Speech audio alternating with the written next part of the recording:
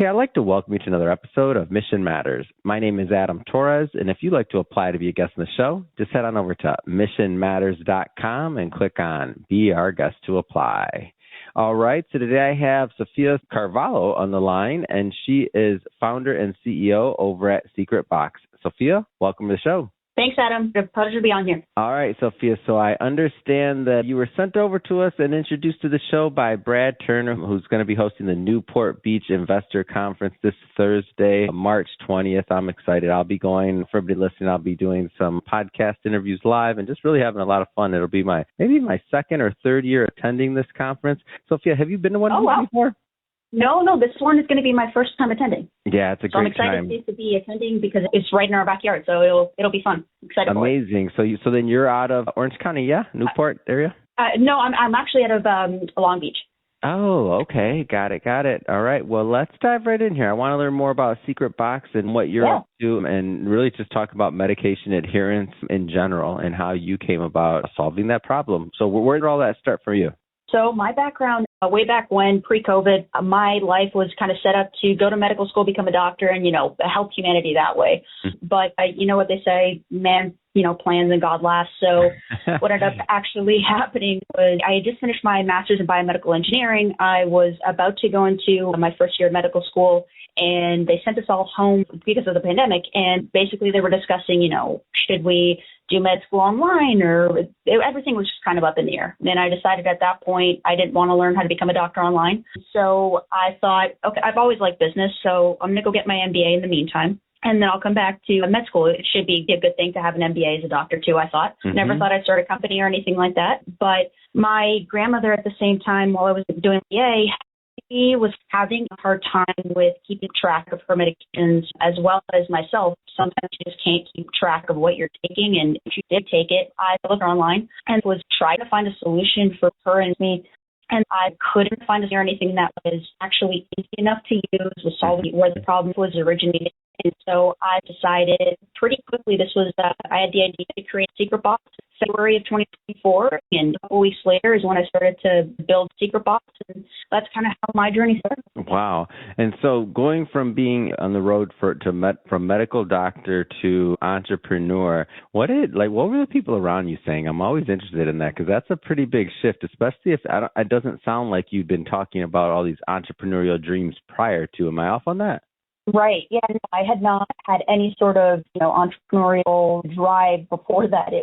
I was speaking to a doctor at the time, asking them for their 2 cents, like, what should I do? Should I, just go through with it? Should I go get my MBA? And one of them, he actually sits on our advisory board. His name is Dr. Zapiri Justin. And so I spoke to Justin and I asked him, and he was the one who actually made my decision for me, basically, because he asked me, Sophie, if you go to medical school, why are you going to go? And I said, to help people. And he said, well, how many people do you think you can actually help if you do? And I said, I don't know, maybe in my lifetime, I hope maybe a couple thousand if I get there. And he said, okay, then, but if you go the entrepreneur route or you go the MBA route, what happened there? How many people could you, potentially help? And I said, like millions. And he was like, well, I think your decision's made for you. And I said, yeah, that's actually, I just never had looked at it that way. And so now what was your next step? So you're making this transition, you come up with this idea, Secret Box, and what's your next step? How do you get this idea off the ground? Yeah, I called a lot of advisors that I had from my MBA. So another one of them that is on our board, Vince, I called him and I said, Vince, I have this idea. I have no idea where to start. And what do I do? And he kind of walked me through the first couple steps. And then it was just a very sharp learning curve because everything is just, completely different in the world of startups. They don't teach you how to launch a startup in business school at all.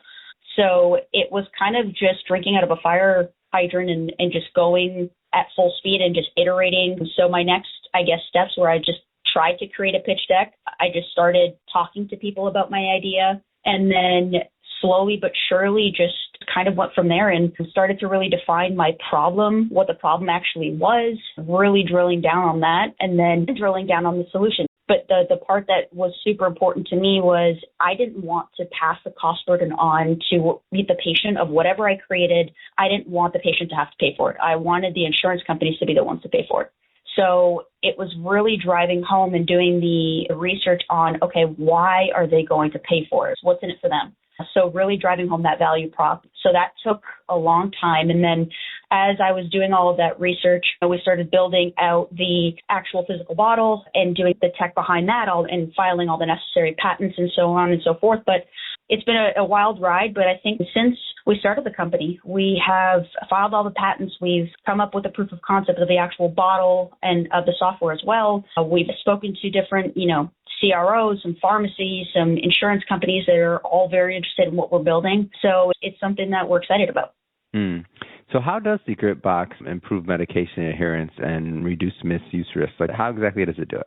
So the patient still goes to the pharmacy and gets their prescription like they normally do. Only difference is that your prescription now comes in my bottle. And then once you're basically home and ready to use it, you basically pair the bottle to the app on the phone, and you would basically hit just dispense, and the bottle will spit out exactly how the prescription's written. So if the doctor wrote the prescription to be 1 pill every 6 hours, that's all the bottle's going to spit out. And then if it's, for example, something that's very heavily controlled, like an opioid or a narcotic, for example, once you hit dispense, your camera on your smartphone will basically watch you take it. It's not a human being doing it. It's our AI software. And the AI will basically scan the video for two things. It'll check if it was the person that was on the bottle, is the one taking it. And that secondly, they're actually putting it in their mouth and ingesting it. So thereby they're being compliant. So something that was crazy to me was that once I started actually digging into the problem about why medication adherence, like why does that even matter? I came across a stat that it was 44 people per day die from prescription misuse in the U.S.